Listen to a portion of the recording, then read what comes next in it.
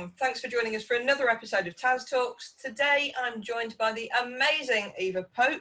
You'll have seen her on TV screens. You'll be familiar with her. If you're on Twitter, you'll have seen her quite a lot. And we might ask her about that drag get-up she was wearing for her profile picture for a while. That made me look at her very strangely. I wasn't sure where my mind was going there. But before I go any further and embarrass myself terribly, Eva, over to you. Tell us a little bit about who you are, what you represent, what you're up to at the moment. Hello there, my name's Eva Pope. I'm an actress, I'm a voiceover artist, I'm a writer, I teach acting classes, I do a bit of everything, as most of us actors do. And yeah, I'm here because I liked the look of Taz. I thought what she was doing, what you're doing is really fantastic and really important, especially now when we're all probably not quite aware of the fact that I think we're pushed to our limits psychologically, being in a really unnatural place in our lives. So I thought it was really important, as well as having quite a few followers who are young and let me know how they're struggling with certain aspects of their life. I just thought it'd be a good thing to do, to join in and take part and see if there's anything I have to offer that could be remotely useful to people. I'm sure there will be loads of stuff you will have to offer. For anyone who hasn't been following you, people who don't know, I can't imagine they exist. Where will people recognize? No, surely not. Where will people recognise you most from? Oh, well, I've been an actor for 30 years nearly, I think, around that, 28, 30 years. And I started off in Corrie. I played a horrible character called Tanya Pooley in that, which is about 27 years ago. But I did start in theatre, which I was a classical theatre actress, done a lot of that over the years. So Corrie, I've done about 50 TV shows. But the big, long-running ones were Corrie, Bad Girls, Waterloo Road. I can never think about what I've done, so it's quite hard to remember them. What's been your favourite? Favourite? Certain plays. And I did love Waterloo Road because of the character. What made that character so special for you? I think, without blowing my own trumpet... No, blow away. Well, I was just I think I feel very like her as a person, and I respected her. I wish I respected myself as much as I respected her. But I thought she had honour and care for others, and that's, I guess, what I try to live up to. So that takes us a little bit into your value sets. What would you say your value sets are as a human being? Inclusivity, a belief in letting people be who they want to be, is something that's grown and grown and grown in me from childhood. Honesty, courage, and more than anything really is sounds hippie-ish, but I am a hippie, loving people and things and animals and caring for other people and other things like we care for ourselves, or should care for ourselves. Yeah, I think that's so important. And you be as hippie as you like. I'm well known for using the hashtag hippie shit on a lot of my posts. And it's because the first time I started mentioning my more spiritual beliefs, I come from a shamanic and animistic background. Oh, brilliant. Yeah. I teach shamanism when I'm not doing... Oh, I'm coming round your house. Definitely. I run spiritual empowerment program. I can't even speak. I'm a professional speaker too. You wouldn't know it. Spiritual empowerment programs. You'd love them. But when I first started talking about that in a business setting, some starchy old dude sidled up to me and went, "That's a load of old hippie shit, isn't it?" And I said, "Yes, it is. Thank you very much. So I'm going to take that hashtag and run with it." So you be... I like it. As hippie as you like. This is a hippie safe space. God, that's not easy to say. In there, like hippie safe space. Hippie safe space. Yeah. So talk to me more about this inclusivity that you said has been kind of rising up in you. Where does that come from, or what does it mean for you? Well, I've always had that in me. I mean, my father was an incredibly generous human being who just loved everybody and was loved by everybody and was the most uncritical person I've ever met. I wish I could have half of his ability for that. And it began there. It began with having not much money when we grew up, feeling less than most people around us because of that. then, and I grew up in a little farmstead, so we were quite isolated, and nature was my friend, and animals, and I grew up a very natural way of life. And then moving down to London and recognizing so many different denominations in this world that I'd never even experienced living up in Wigan. And just slowly but surely learning who I was and what mattered to me. And I am also very, very spiritual in my own peculiar way. I don't follow anything particularly, in my own peculiar way. I've just learned I've been through a lot of hardship myself. It's all relative, isn't it? But just learning, I think, through struggle as well, you learn to not judge, not put people into boxes. And also learn to hate being put in a box yourself. Absolutely. I thought that was a lovely way of putting it, where you talked about you're in your own peculiar way, because I think where people trip up is there's such a massive difference between organised religion and spirituality. So, you know, faith with an uppercase F or a lowercase F. And one of the things that drew me towards shamanism, aside from, to go really hippie shit, aside from my spirits dragging me and kicking and screaming until I couldn't ignore it anymore. You know, when they line up lots of different coincidences and then eventually you realise they're not coincidences at all. So that happened. But that's kind of the nearest I've found to a path that fits me. And if you speak to some of the really, really rigid shamanists, there's a lot of the stuff I do breaks the rules and would be seen as a little bit maverick. A kind of blend empowerment and a bit of NLP and a bit of coaching and a bit of mediumistic stuff, and this whole idea of us all being connected and all being connected to all things.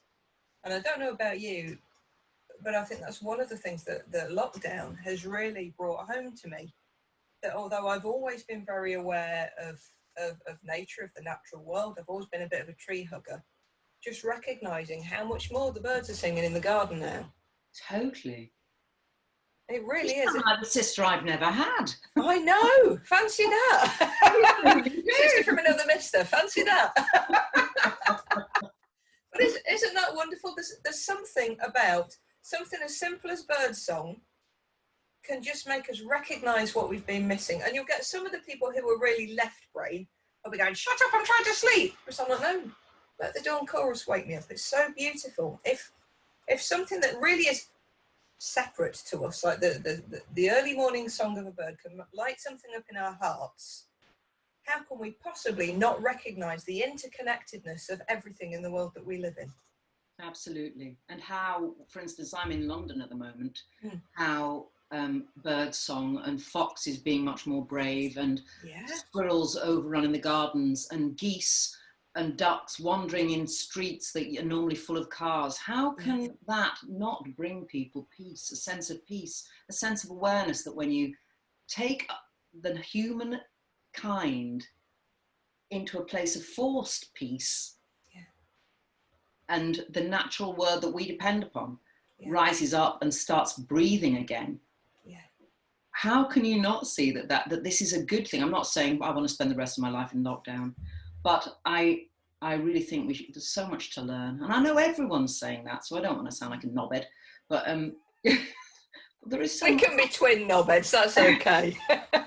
Knob one and knob two.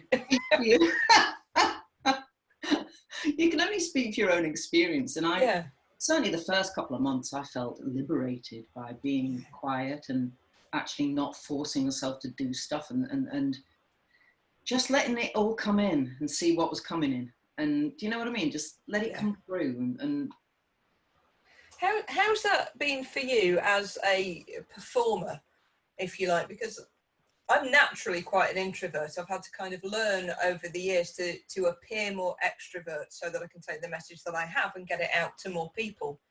But one of the things I've really noticed during lockdown is that natural state of introversion has grown. And now, although you could put me on the stage with hundreds, thousands of people tomorrow, that's fine. I could speak to them because I'm here and they're way over there. But I hadn't recognised what a sense of security had come back into my life just from the knowledge that somebody's not going to knock on the door and want a cuppa. So what's what's that like for you? Because if you're saying that you're quite happy in this space, I'm guessing there's some introversion there for you too. How do you balance that with your acting and performance work? I'm a complete introvert. Friends would say I'm not. Yeah, same here. Which is weird, isn't it? Yeah. You think your friends know you. So how did you get to the point of wanting to become an actress when your natural state is as an introvert? Because I am a very full person. Okay. When I say full, I mean full of emotion, full of energy and like, yeah. and being an introvert with that, and growing up in the north where you're not meant to talk about your feelings, and with lads. So being a girly girl ain't going to happen. It isn't going to come too well. I guess I didn't know myself at all. And I was a bit of a rebel because I think looking back, I probably had a bit of, ADHD because I couldn't focus in school at all. I just couldn't. Yeah. They tested me and I had a really high IQ, but I couldn't knuckle down and work. And I got into trouble a lot. And I just felt unexpressed. I didn't know how to connect with people. And then I had this amazing drama teacher. Thank God. I really wish that schools now had what we had back then. I had a brilliant drama teacher who just saw something and really gave me the opportunity to express myself. And even though I would never stand in front of people easily, even now I couldn't do what you do, for instance. I started acting at school, and it just made me feel for the first time like I could let it out, and it continues that way, and nothing's changed. When I'm not working, I feel like I'm cut off from myself. That makes sense. If I go back, I couldn't have set out and said I wanted to be a speaker. It's only because of some of the crap in my background, going through abuse, and then I tried to kill myself and ended up breaking my back in 3 places, and then I got interrupted before all kinds of stuff, and all kind of, it's all in the books, darling. Yeah, all kinds of stuff. But I remember being on a hospital bed after the big car accident, being on a hospital bed, and they x-rayed me, then they put me onto this flat bed, pat my head in sandbags, and nobody told me what was going on for 9 hours until they sort of broke my back in 3 places. And that was the first of a series of pivotal moments that gave me this, okay, I can stay and sink into this quagmire, or I can use what I've been through to help other people, because I can't be the only person feeling stuck in this grey area. My version of you having all that energy inside, I guess. It was this has to have happened to me for a reason, happened for me for a reason, so I can use it to help other people. So it was that drive that gave me a mission bigger than me, that allowed me to get up there and get onto stages and now teach other people to do it. So I think there's some really interesting parallels there with me having this message that is too big for me to hold and feeling that I was put here to put it out there, and you having all this energy that was hard to contain. Yeah, and hard to sort of express, like you, not that feeling that, when you go through stuff, you don't know what to do with it.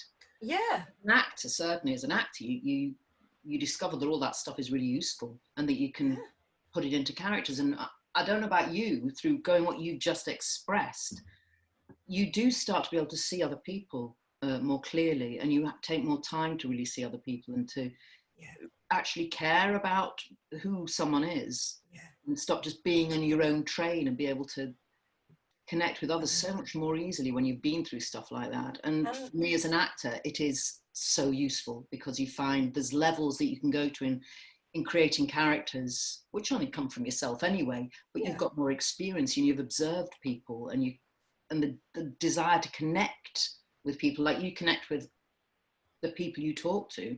As an actor, you connect with your fellow actors, and you're hoping that you're connecting therefore to a bigger crowd. So has there been a time in your life where a role has come along and it's been that, thank God, that means I can use this? Do you know, this is what's spooky.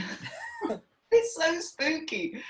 Every time, almost every job I ever get, the biggies, be it theatre or film or TV or voice work. I had an amazing audiobook recently that had this effect. I always find it comes in when I'm at a certain point in life where I need that exact character or that exact form of expression. For instance, my first big theatre job, I was in a really, really awful relationship. We won't even go there, but it was abusive.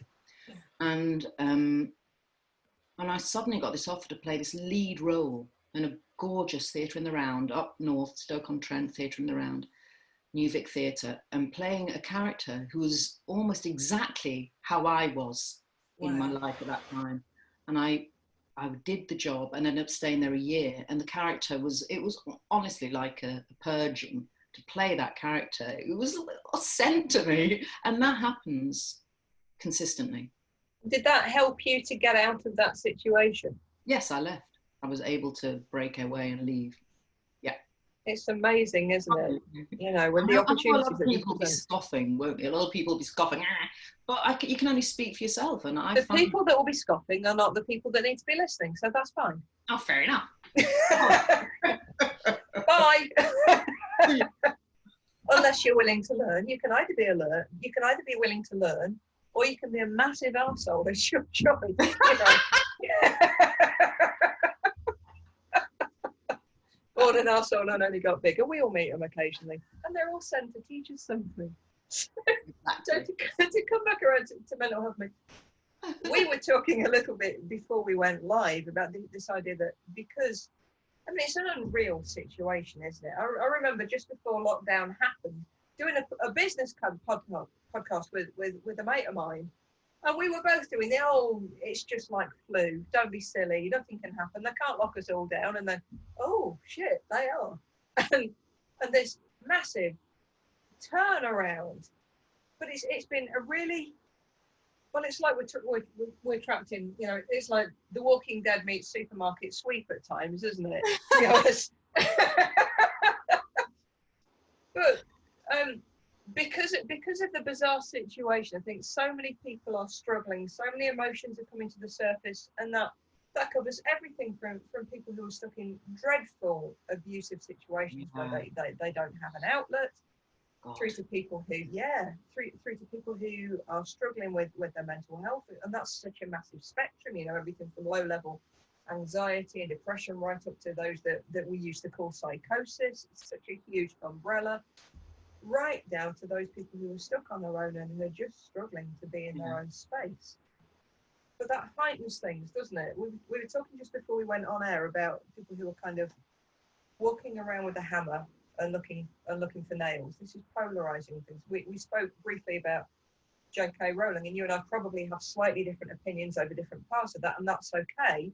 But whether we believe, you know, the whole turf wars thing shouldn't matter. We seem to be losing the art of simple human kindness. And you would have thought that's what we would have been learning over this time, actually. You'd like to think so. But it does make you realise, I mean, also, if you try and look at it on the bigger scheme of things,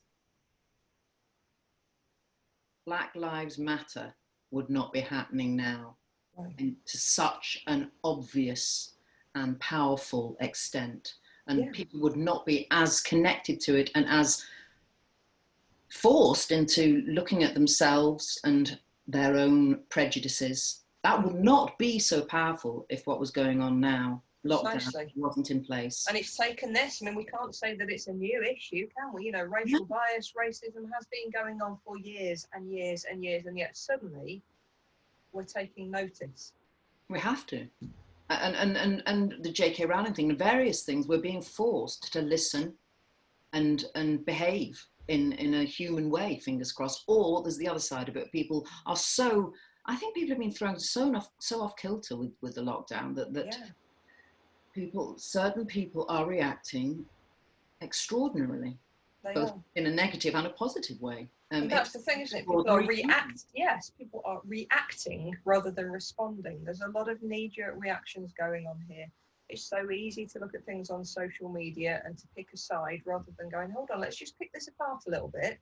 And even if we disagree with someone, let's sit down and talk as human beings and learn from the differences rather than focusing on them being wrong. Yeah. Do you think we've lost the art of being able of discussion? Well, people are finding it hard not to be able to actually talk to each other so easily as well. That's I think we have to recognise what a loss that is actually at the moment, not to be able to sit and communicate with the people you're used to communicating with, who you use as your sort of sounding board. Or it's a difficult one. I think there's a lot to be gained from it. I know we're sort of focusing on things that are negative, I think, to a degree, but I think there's so much we may find positive has come out of this. I think in the future, fingers crossed. Massive. Ever an optimist. Yeah, me too. I think I was talking the other day in an interview that we keep saying that we need to talk more. I think what we need to do is listen more and listen to actually hear.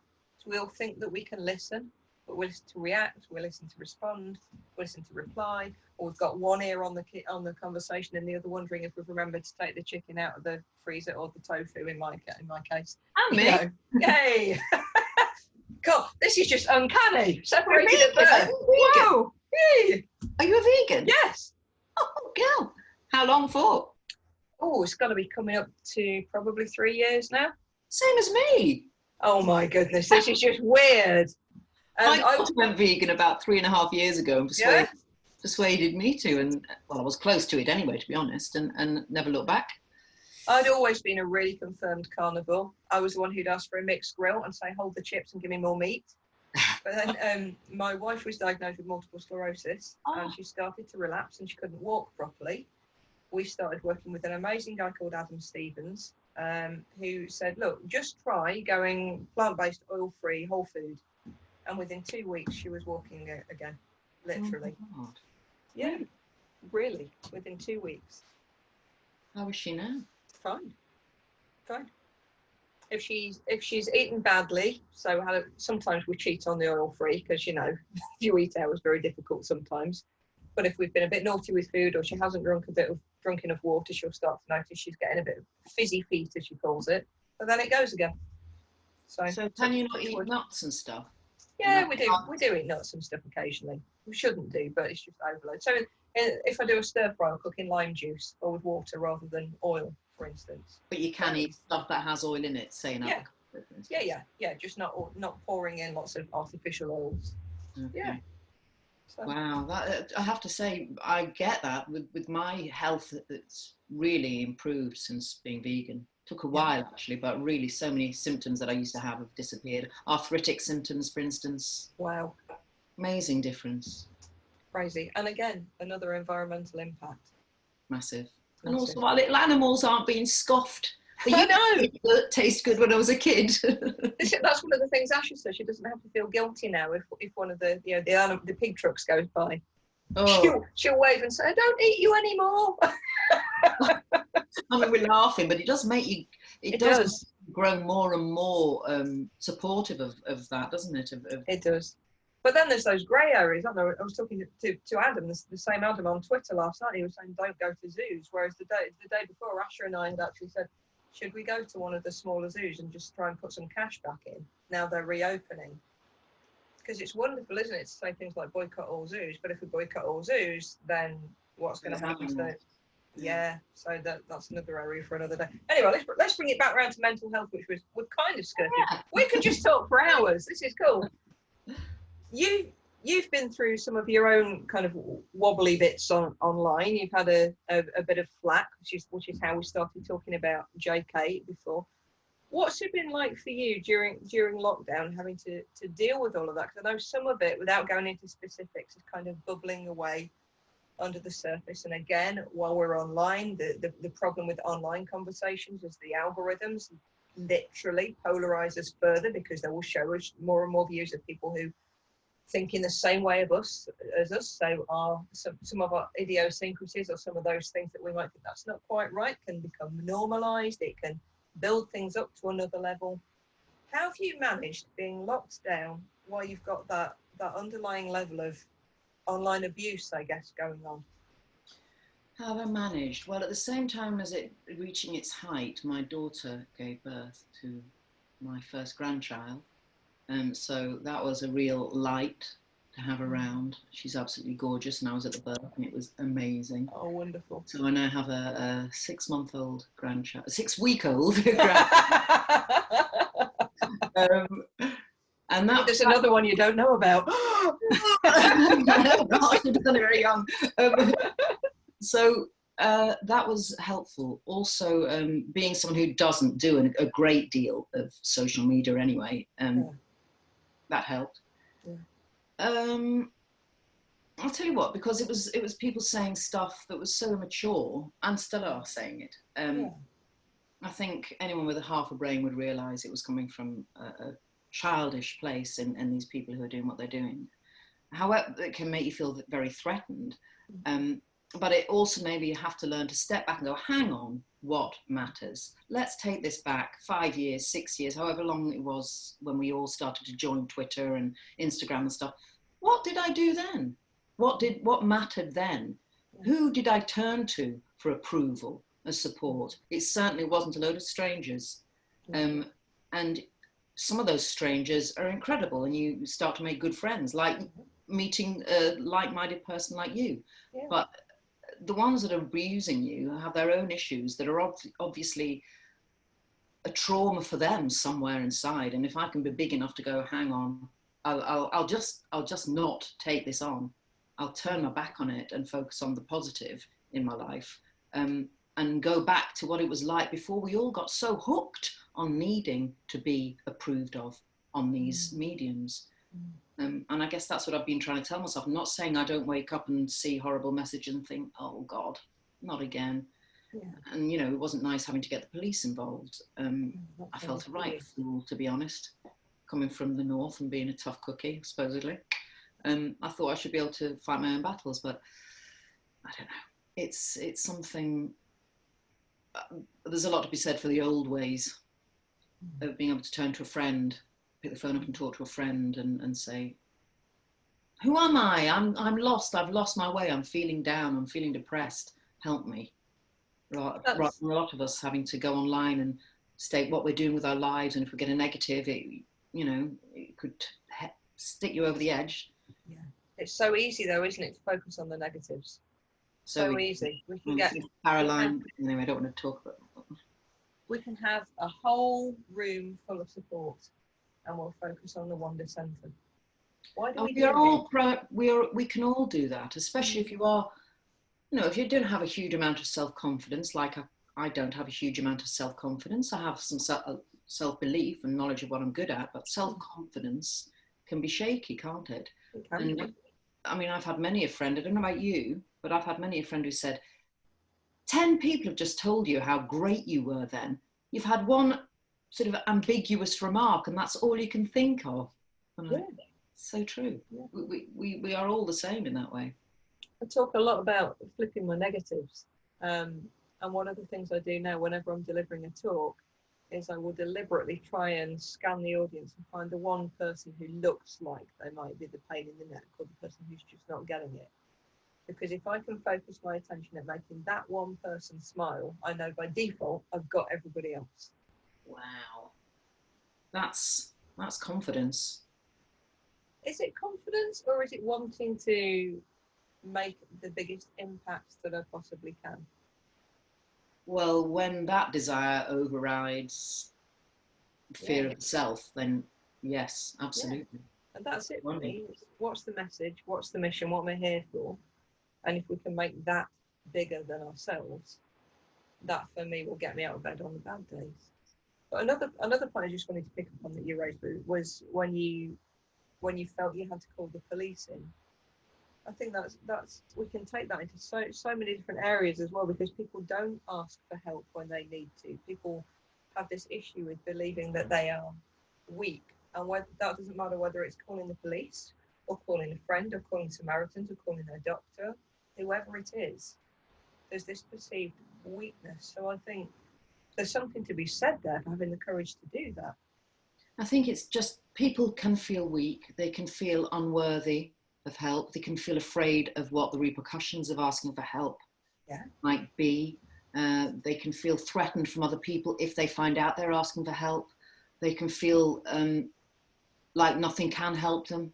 they're too far gone. There are so many reasons people who suffer from depression, like I have to say, I have many a time in the past, and that's not a word you use lightly, depression. Well, if you know what it actually is, it's not a word you use lightly.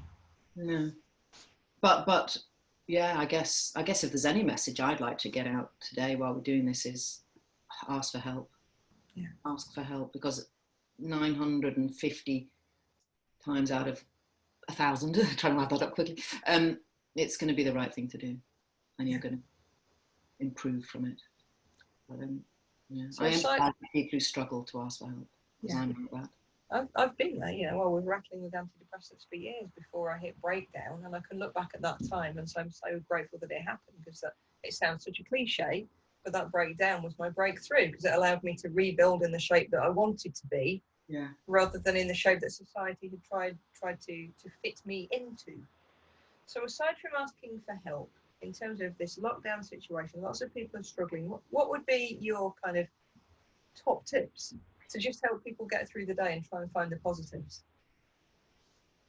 I'm not a blinking guru, but I would... Go on, just pretend.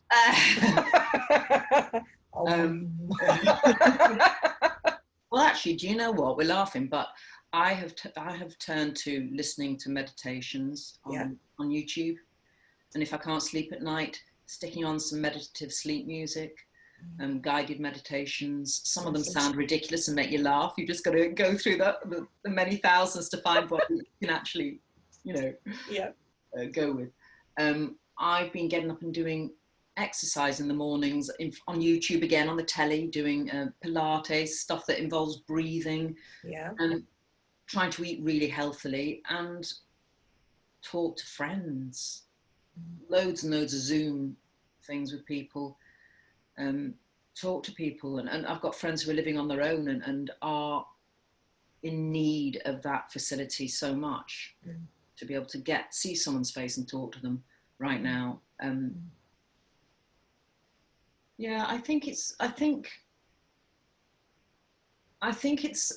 an opportunity which I'm struggling with, but it's an opportunity to stop doing. Like we said earlier, stop doing and try being. Put aside all those needs, if you possibly can, to prove yourself, to get the right job, to,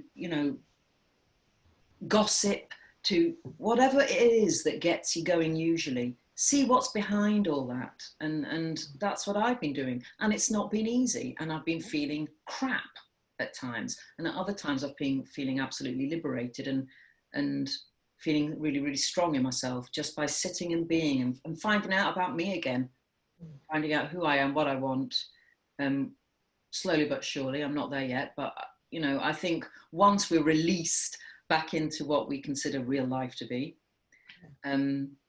hopefully some of us will really have a clearer focus on what we have to offer the world, as opposed to what we have to fulfill ourselves and satisfy ourselves. I sound like a right Wally. My brothers don't sound like a Wally. Tell me if they see this. They won't, because you're sitting next door to a pink-haired proper leather hippie, so they'll get me first. You can be backstop. Yeah. It's all good. I think one of the points there when you talked about you've been feeling crap, I think that's one of, God, I'm not no guru who knows myself, but I work a lot towards getting to know myself. The stuff that we used to dismiss as navel gazing, and yet is so important. You can't be you until you know you. But that element of feeling crap, we need to be able to face the crap times and to work through them. I think so many people start to meditate or practice mindfulness or get to know themselves, or even if it's just breathing exercises, and when the wave of crap comes, they run away. But you've got to go through that, because if you don't, you're forever running away from the crap. Yeah. Does that make sense? Yeah, totally. Absolutely. That's why I think now could be an incredibly empowering time if we let it be. And it's not easy, is it? I don't know about you, but it's so hard not to do. It's so hard to just let yourself be in an empty space, be without answers. Yeah. We don't always need to answer. There's a lovely saying, I forget where I first heard it now, but I've passed it on to a lot of people. When we're worrying about things, just check, is there actually a solution? Because if there's no solution, there's no problem. It's just part of life's rich tapestry. I think we spend so much time trying to find a solution that doesn't exist, rather than just going, okay, this feels really shitty right now, but it's my shit. Okay, why am I getting this? Why is life giving this to me? Not doing it to me, but giving it to me. Why is this happening for me rather than to me? And then we might find a teaching that we can use to enrich our lives going forwards. Now who sounds like the hippie shit guru? Oh, I'm definitely coming to your house. If I'm invited, I'm round there. Of course you will, absolutely. You have to come and check out the site we use in Bedfordshire. Acres and acres of wild land. There's oh wow. There's orchards. There's a shared yurt. There's an underground dreaming chamber. There's labyrinths. Yeah, beautiful site where we do a lot of empowerment training. Once it is over, You're on. Cool. So before we go, come on, tell us about that drag pic. That drag pic. Oh yes. I'll tell you what. As we were talking about earlier, before the interview started. Yeah. I wanted to be a boy when I was a kid. Actually, I more than wanted to be a boy. I thought I was till about 7, because I grew up, as we said, in this little sort of farmstead area away from anyone else, and I had 4 brothers, and I adored my dad. I worshipped my dad, and we spend our days outdoors in wellies, running around and chasing cows and whatever. And I thought I was a lad, and went to school and realised there were girls, and felt, oh my God, I'm not sure I'm one of these. I don't want to wear something like that. And I've always felt rather masculine. Yeah. And my hero is Clint Eastwood. When I start developing a character, I can't help this. Clint Eastwood always pops into my head first. Really? I want to be Clint Eastwood. I want to turn everybody into Clint Eastwood. I mean, more of the characters he portrayed on film when I was a kid. I could see that in the Bad Girls role, actually, yeah. But yeah, so I've always wanted to. I still intend to play a man. I still intend to play a man, and it's pretty hard with these. Yeah, they get in the way sometimes, don't they? When people say, "Oh, wish I'd got boobs that big," it's like, "Oh no, you can't run properly.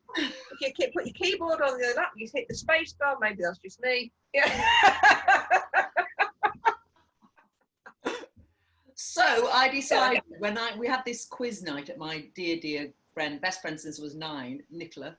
We had a quiz at her house. Was it a quiz? It was some sort of game thing. And I decided to go as a cowboy because I've always wanted to be a cowboy. Why not? That is a picture of me in the back of the taxi as a cowboy.